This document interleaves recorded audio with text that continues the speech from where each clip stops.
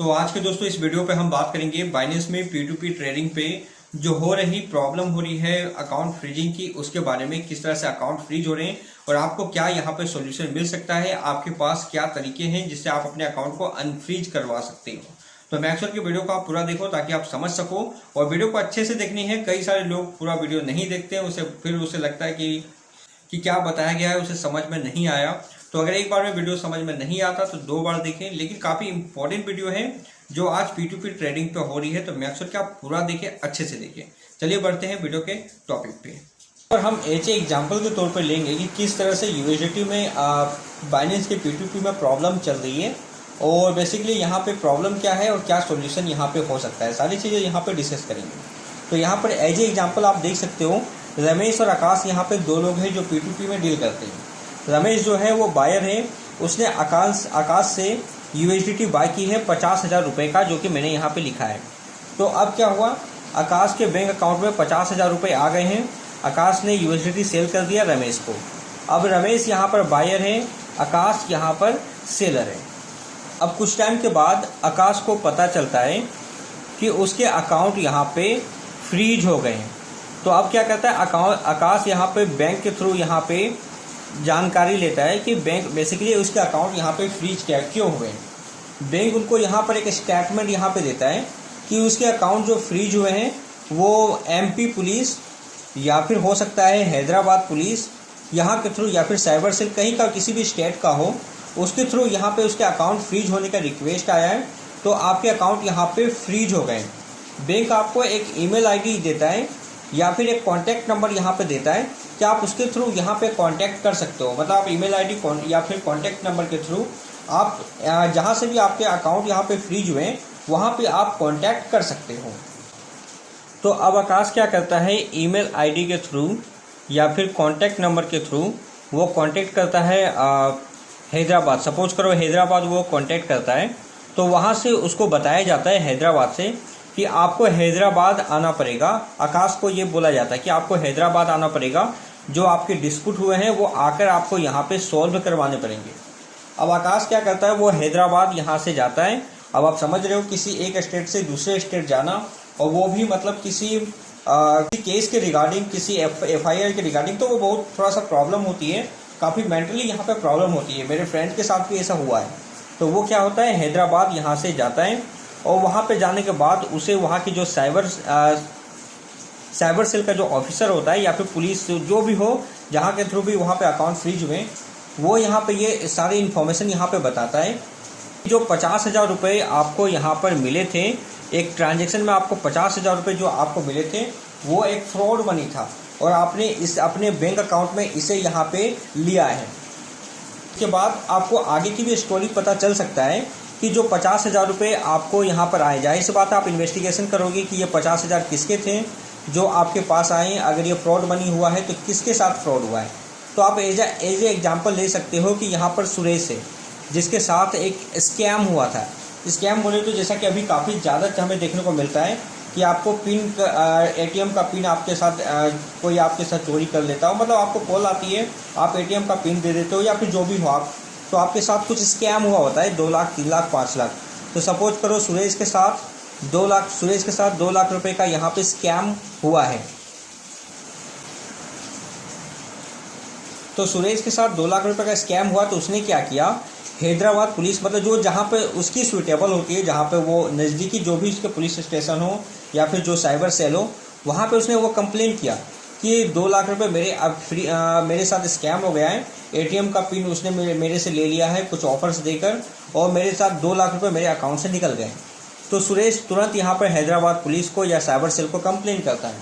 अब यहाँ पे प्रोसेस में क्या होता है कि 1-2 दिन का टाइम यहाँ पे लग जाता है। सपोज करो कि आप हैदराबाद पुलिस के पास गए हो, तो वो तुरंत उस अकाउंट को डीएक्टिव नहीं करती है। अब वो बताती है ठीक है मैं करूँगा, ऐसा होता है, और वो कुछ टाइम ले लेती है। तो 2 लाख रुपये जो कि स्कैम किए होते हैं, 2 लाख रुपये, हैदराबाद पुलिस क्या करती है कि इस 2 लाख रुपये को ट्रैक करती है कि ये पैसे अभी किसके पास हैं। अब जाहिर सी बात है कि रमेश के थ्रू, जो कि पहले मैंने आपको बताया था, रमेश जो कि फर्स्ट यहाँ पर बायर था, हैदराबाद पुलिस क्या करती है, रमेश के अकाउंट को चेक करती है कि ये जो पैसा था वो रमेश के अकाउंट पे गया है, इसके अकाउंट पे गया है। लेकिन तब तक रमेश क्या करता है, जो कि स्कैमर होता है, आपको पता है स्कैमर काफ़ी चालाक होते हैं, वो क्या करता है 2 लाख रुपए को ठिकाने लगा चुका होता है।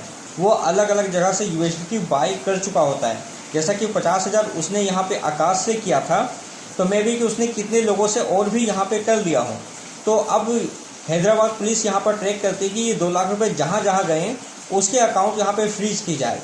तो उस बेस पे यहाँ पे आकाश का भी अकाउंट यहाँ पे फ्रीज होता है और बाकी जो भी लोग यहाँ पे गए होंगे उसके अकाउंट भी यहाँ पे फ्रीज होता है।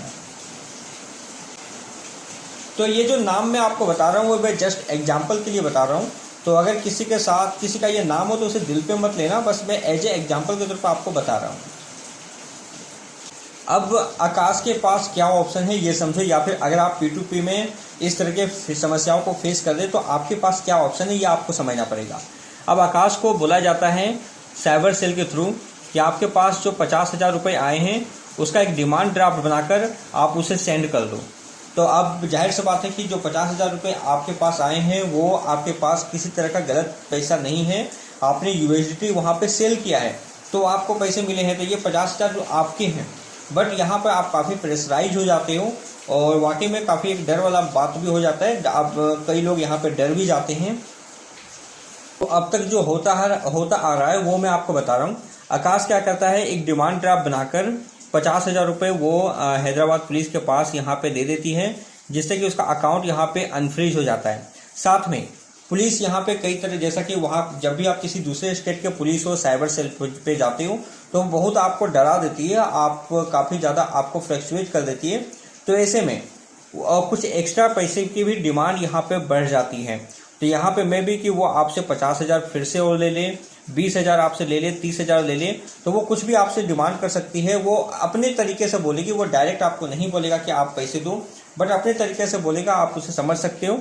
और फिर आपको एक्स्ट्रा पेमेंट भी आपको करनी पड़ेगी। तो ऑलमोस्ट आप ये समझो कि आपका यहाँ पे लाख रुपए, 80,000, 90,000 रुपये का नुकसान आपको यहाँ पे हो जाता है।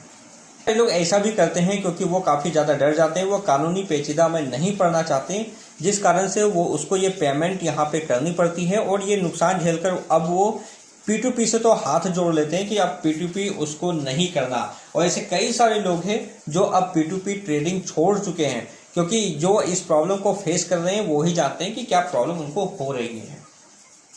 या फिर ये भी कर सकते हैं कि आपने इस पेमेंट को नहीं किया 50,000, बेसिकली अगर आप इंस्टेंट पेमेंट कर देते हो तो आपके अकाउंट यहाँ पे अनफ्रीज हो जाते हैं। तो ये बहुत सारे लोगों को इसका फायदा मिलता है कि अकाउंट अनफ्रीज हो जाते हैं, तो क्योंकि कई सारे लोगों के छोटे अमाउंट होते हैं, काफ़ी ज़्यादा पैसे होते हैं, तो ऐसे में उसको अनफ्रीज करवाना ज़रूरी होता है। तो यहाँ पर प्रियोरिटी फर्स्ट यही दी जाती है कि कैसे अपने अकाउंट को अनफ्रीज करवाएं।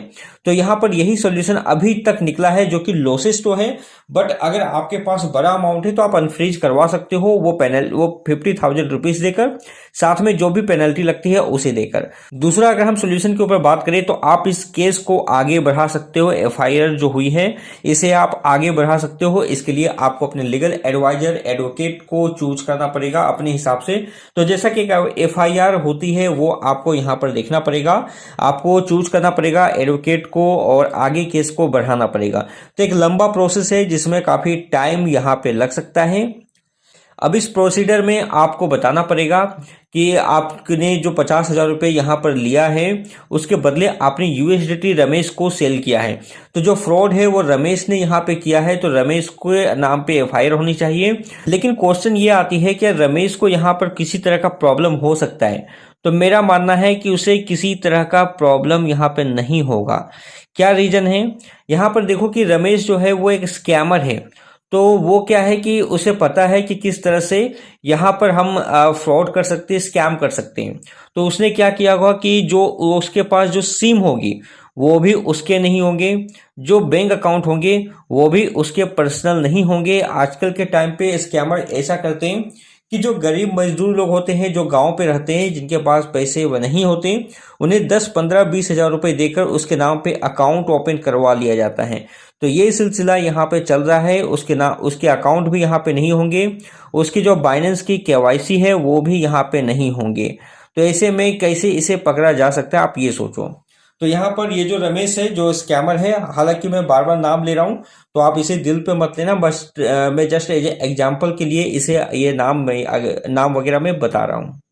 तो इस केस में अगर आप देखोगे तो इसके ऊपर एफआईआर भी करते हो तो आपको कोई फर्क इससे कोई फर्क नहीं पड़ेगा, क्योंकि ये जानता है किस तरह से इसे हटाना है और कुछ भी तो इसका यहाँ डॉक्यूमेंट्स यहाँ पे नहीं है। तो ऐसे में रमेश जो स्कैमर है उसे ट्रैक करना काफी मुश्किल यहाँ पे हो जाता है। तो इस P2P में फंसते कौन है? वो आम आदमी जिनका कोई कसूर नहीं है। आकाश जैसे कई सारे लोग यहाँ पर फंस जाते हैं और अभी भी बहुत सारे लोग फंसे हैं। अभी भी बहुत सारे लोगों का 2 महीना 3 महीना हो चुका है, उसके अकाउंट यहाँ पे फ्रीज नहीं हुए हैं। कई सारे लोग कमेंट बॉक्स में बोलते हैं कि ऐसा कोई बात नहीं है, कुछ नहीं होता है। तो यार जिनके साथ हुआ है उनसे आप फोन में बात कर लो, आपको समझ में आ जाएगा कि P2P में क्या प्रॉब्लम चल रही है। तो मेरा मानना यही है कि अगर आपको P2P ट्रेडिंग करना नहीं आता तो नहीं करनी चाहिए, या फिर बहुत सावधानी के साथ करनी चाहिए। कई सारे वीडियो मैंने बना रखे हैं, उस वीडियो को आप यहाँ पर देख सकते हो कि कैसे आपको P2P ट्रेडिंग यहाँ पर करनी चाहिए। बाकी आपको कानून की अच्छी नॉलेज है इस मामले में, तो आप इस केस को आगे लेके जा सकते हो। यहाँ पे कुछ सॉल्यूशन बनता है, आपके दिमाग में ऐसा कुछ चल रहा है, कुछ सॉल्यूशन है, तो नीचे कमेंट बॉक्स में कमेंट जरूर करना, ताकि मैं लोगों को बता सकूं कि इसके ये सॉल्यूशन यहाँ पर है। इससे हमारी कम्युनिटी को काफी ज्यादा बेनिफिट होगा। तो ये रिक्वेस्ट होगी कि अगर आपको इसके बारे में कुछ भी आइडिया है कि किस तरह से अकाउंट अनफ्रीज किए जा सकते हैं बिना ये एफआईआर किए, बिना इस तरह के प्रॉब्लम को झेले, तो आप जरूर कमेंट बॉक्स में कमेंट कीजिए। तो आई होप दोस्तों ये वीडियो आपको अच्छा लगा होगा। मिलता है अपने नेक्स्ट वीडियो में एक नई इन्फॉर्मेशन के साथ, तब तक के लिए गुड बाय, जय हिंद।